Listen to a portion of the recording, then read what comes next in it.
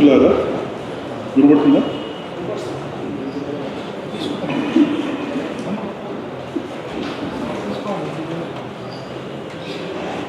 ఇప్పుడు full colours వచ్చాయి వేదిక మీద. ఇందాక కొద్దిమంది అతిరథ మహారథులందరూ ఉన్నారు. ప్రేక్షకుల్లో కూడా చాలా ఆసక్తికరంగా ఈ సభకు వచ్చారు. ఇందాక నేను నుంచి పాటలు పాడుతూ ఉన్నారు.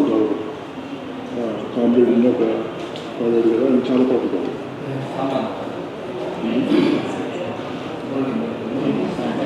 దాదాపుగా 20-25 పాటలు పాడాడు. పాడుంటారు దగ్గర వచ్చింది. ఈ పాటలన్నీ వింటుంటే నాకు యాక్చువల్గా ఇప్పుడు పాడిన పాటలన్నీ దాంట్లో ఒక 2-3 పాటలు తప్పించి అన్నీ నేనే ఎడిట్ చేశాను పాటలు. గద్దరు ఒక పాట రావడానికి ఒక 3-4 రోజులు తీసుకునేవాడు.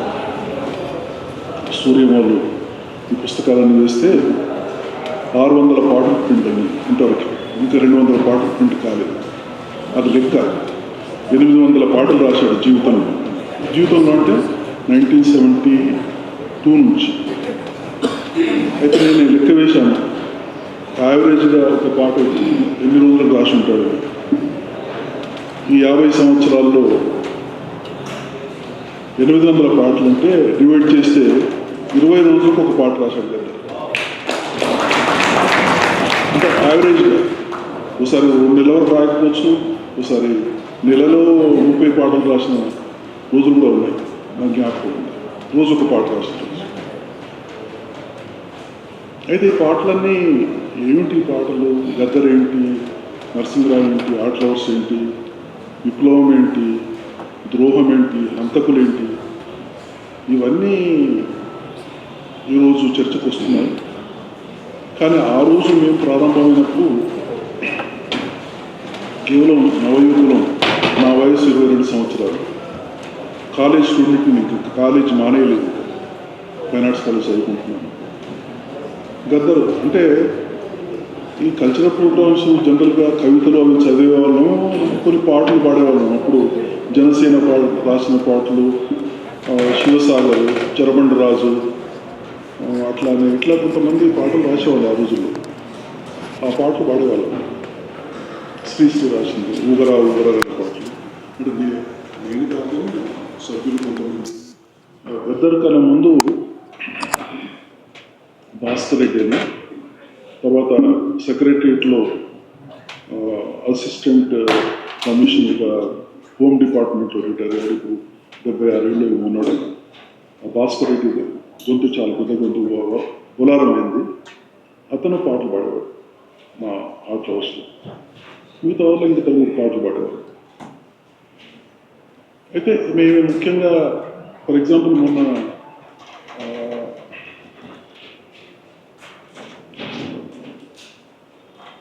అమెరికా నుంచి రాములు గారని వచ్చారు. రాములని ఈ బోయింగ్ విమానాలకి అడ్వైజర్ అమెరికా.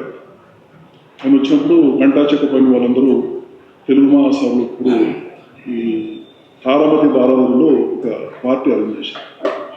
ఆయన ఇంట్రడక్షన్ మీ ఇప్పుడు ఉన్న రిజిస్ట్రార్ లక్ష్మీనారాయణ గారే రిజిస్టర్ అతనికి ఇంట్రడక్షన్ ఇచ్చారు రాములు గారికి. ఆయన తెలంగాణ వాడే, బీసీ కులాల నుంచి వచ్చాడు. గొప్ప అక్కడ అమెరికన్ ప్రెసిడెంట్ నుంచి అవార్డు తీసుకున్నాడు.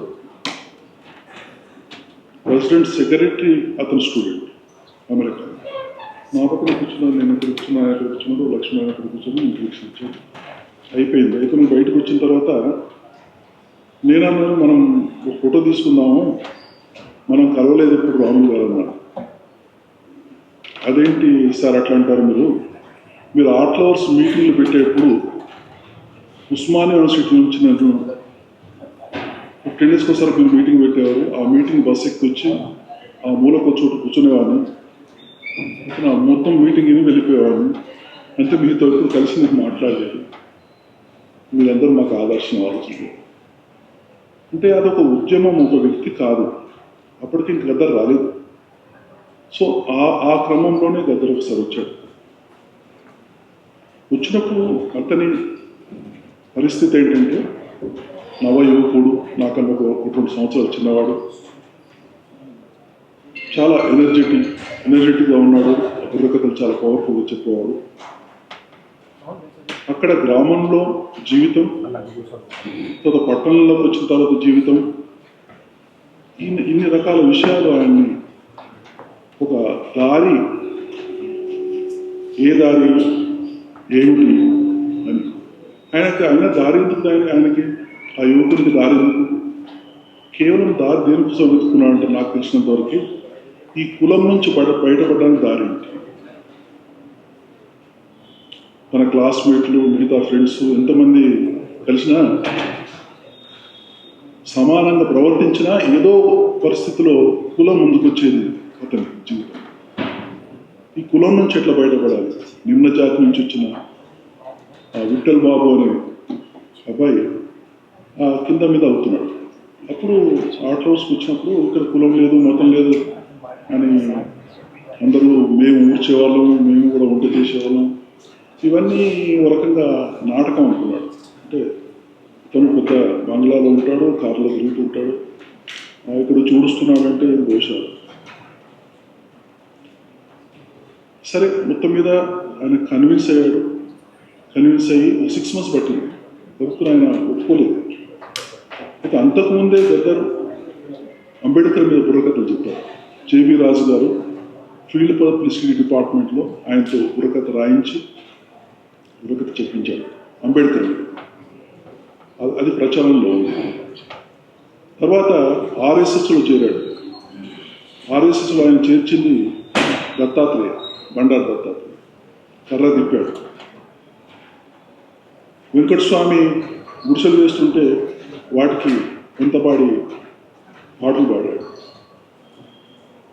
చిన్న చిన్న ఉద్యోగాలు చేశాడు. ఇంజనీరింగ్ కాలేజ్ చదువుకున్నాడు, రిజైన్ చేశాడు. ఇవన్నీ సిచ్యువేషన్స్లో ఒక దారి కోసం వెతుకున్న రోజుల్లో ఆర్ట్ హౌస్ మెంబర్స్ కానీ ఆ ఆశయాలు కానీ ఆయనకి ఎదుగు నచ్చినాయి. కానీ ఒక 1.5 year వరకు ఆయన ఏం రాయలేదు. అతను గమనిస్తున్నాడు, మీటింగ్స్ అని చూస్తున్నాడు, తర్వాత అవన్నీ గమనిస్తున్నాడు. ఒక స్టేజ్ తర్వాత ఒకరోజు ఇక్కడ రెడ్డి ఉమెన్స్ కాలేజ్ ఆపోజిట్ వివి కాలేజ్ అని ఉంది, వివి హాస్టల్ ఉంది. అక్కడ విల్సన్ సభలు జరుగుతున్నప్పుడు మేమందరం వచ్చాం, గద్దర్ మీద వచ్చాం నాతో పాటు. అతని పేరు విఠల్ బాబు. వచ్చినప్పుడు అక్కడ నాజర్ వచ్చాడు. సార్ గొప్ప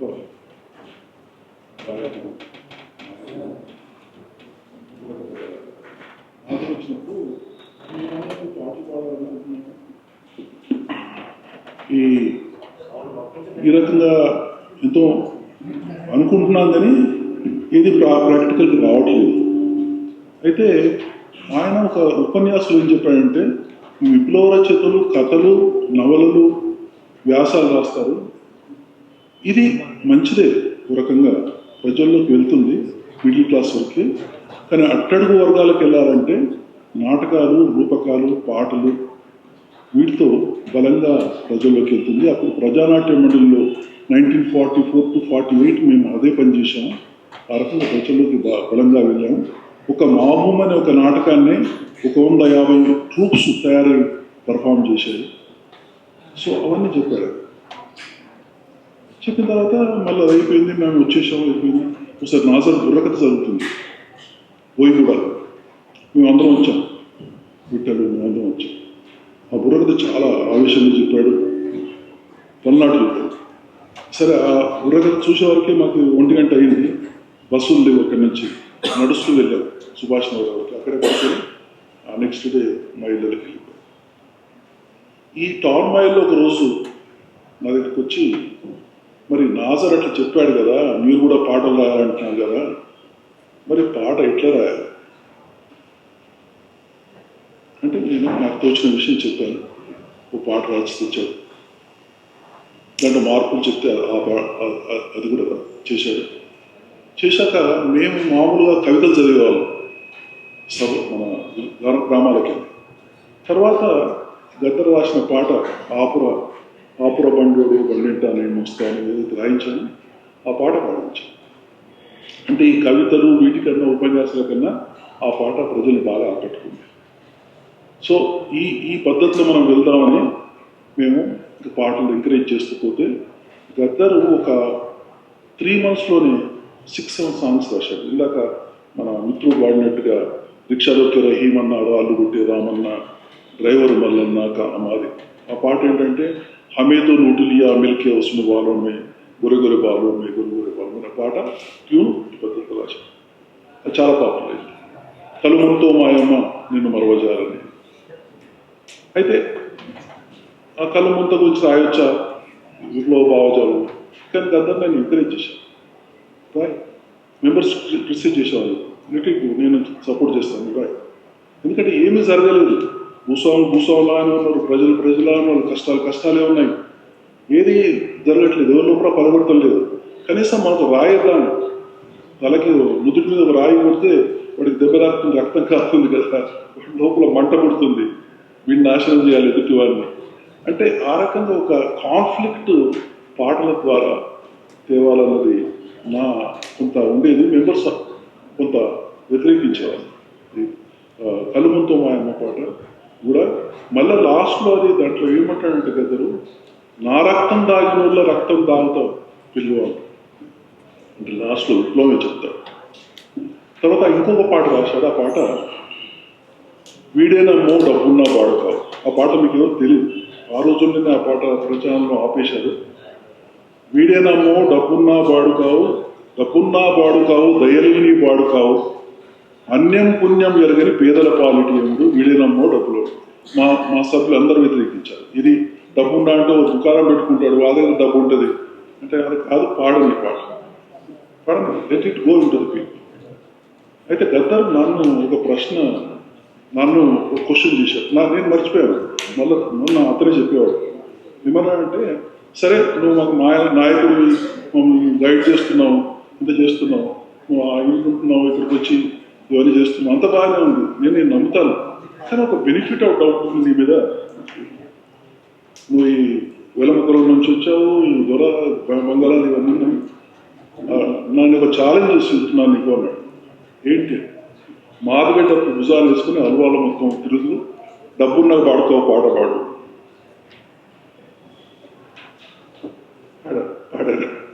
కానీ నేను మర్చిపోయాను, గద్దరు ఇప్పటికీ మునమలటి వరకు చెప్పేవాడు పాడా.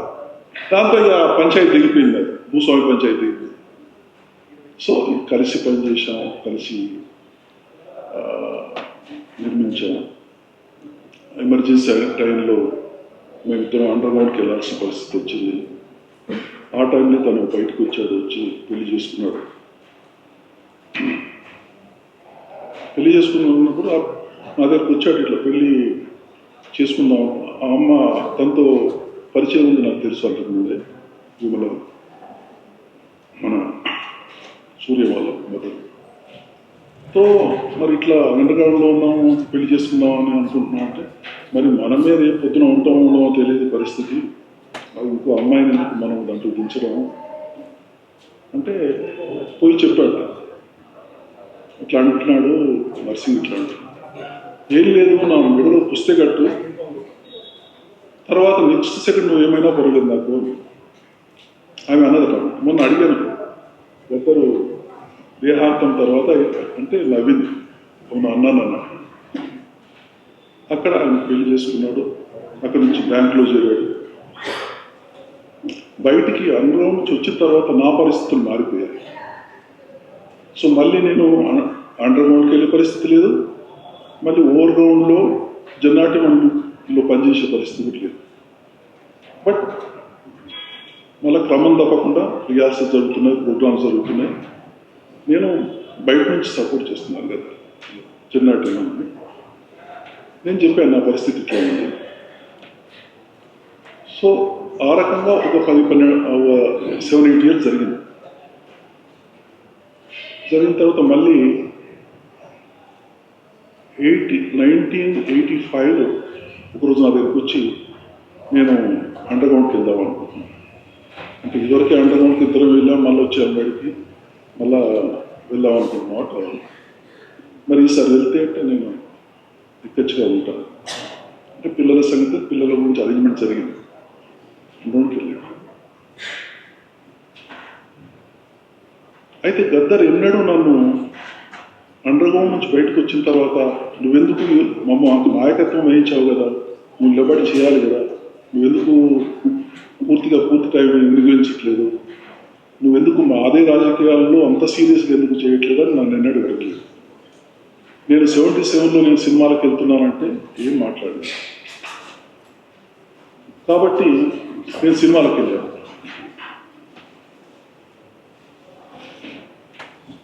ఆ సినిమాల్లోకి వెళ్ళాక తనే కంటిన్యూ చేశారు మొత్తం ఉద్యమాన్ని.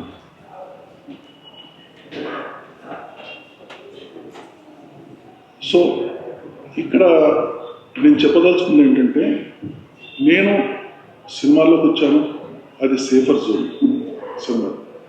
తను ఆ ఉద్యమాన్ని నడిపాడు, జెండా మండలికి నాయకత్వం వహించాడు. అది ఎప్పటి వరకు? మొన్నటి వరకు, అంటే తెలంగాణ ఉద్యమం వచ్చేంత వరకు దాంట్లో ఉన్నాడు. సో ఆయన త్యాగం విలువ అన్నది మీకు అందరికీ తెలుసు. చాలామంది పాటలు పాడే కళాకారులకు తెలుసు, ప్రజలకు తెలుసు, ప్రపంచవ్యాప్తంగా అందరికీ తెలుసు. సో ఆఖరిగా ఆయనకి నివాళిగా నేను 2016లో ఒక టెక్స్ట్ రాశాను గద్దర్ గురించి. అది చదివి వినిపిస్తాను.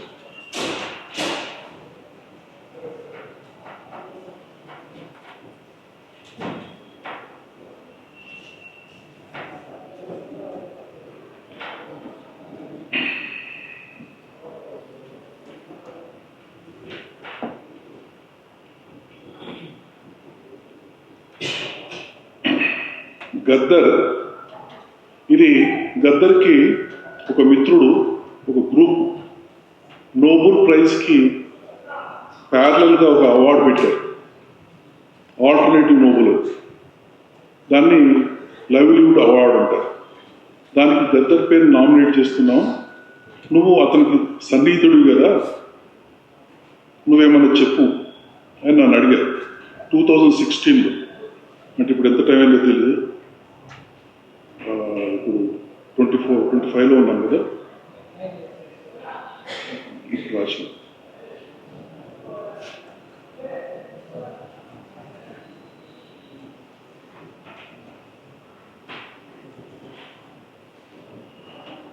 ఈ టెక్స్ట్ ఏంటంటే, ఇది జస్ట్ ఒక 20-30 లైన్స్ ఉంటుంది. గద్దర్ ప్రజాగీతానికి పర్యాయపదం. గద్దర్ ప్రజాగీతానికి పర్యాయపదం, అనగారిన ప్రజల జానపదం,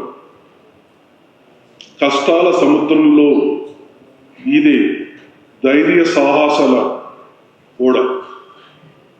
కష్టాల సముద్రంలో ఈదే ధైర్య సాహసాల ఓడ, మానవ సమాజంలో జగీయమానంగా మెరిసే నక్షత్రం. గద్దర్ అలుపు సొలుపులేని పాటల పల్లకి, అధోలోక ఆకర్ణకు కత్తి పదును, కలలో మెలకువలో ప్రజా చైతన్యమే ఇతడి పరమావధి. లోకంలోని చీకటిని తొలగించాలని తనకు తానే కొవ్వొత్తై దహించిన అధోలోక సంగీతం. అతనొక వ్యక్తి, సామూహిక శక్తి, కన్నీళ్ళని కత్తులుగా మలిచే క్రాంతి గీతాలాపన, మానవ గమనానికి, సమాజ గమనానికి గమనాలు కూర్చే నిర్దేశకుడు, నిరంతరం యుద్ధ శంఖాన్ని ఊదే గీతాకారు, రాజకీయ దురంధర అరాచక రాజకీయానికి నిరంతరం పలికే రన్నింగ్ కామెంటరీ, నిద్ర ఎరగనివాడు, కళ్ళను చింతనిప్పులుగా చేసుకొని సమాజానికి కాపల కాసేవాడు, విలుకాడు, చెలికాడు, శివుడి భస్మీయ మండలంలో అగ్నికి ఆహుతయ్యే ప్రజాధను, సామాన్యుడు, అసామాన్యుడు, తెలిసి పద్మవ్యూహంలో చిక్కుకునే అభిమన్యు, మానవుడు, మహాత్ముడు గద్దర్ అనే మానవుడు.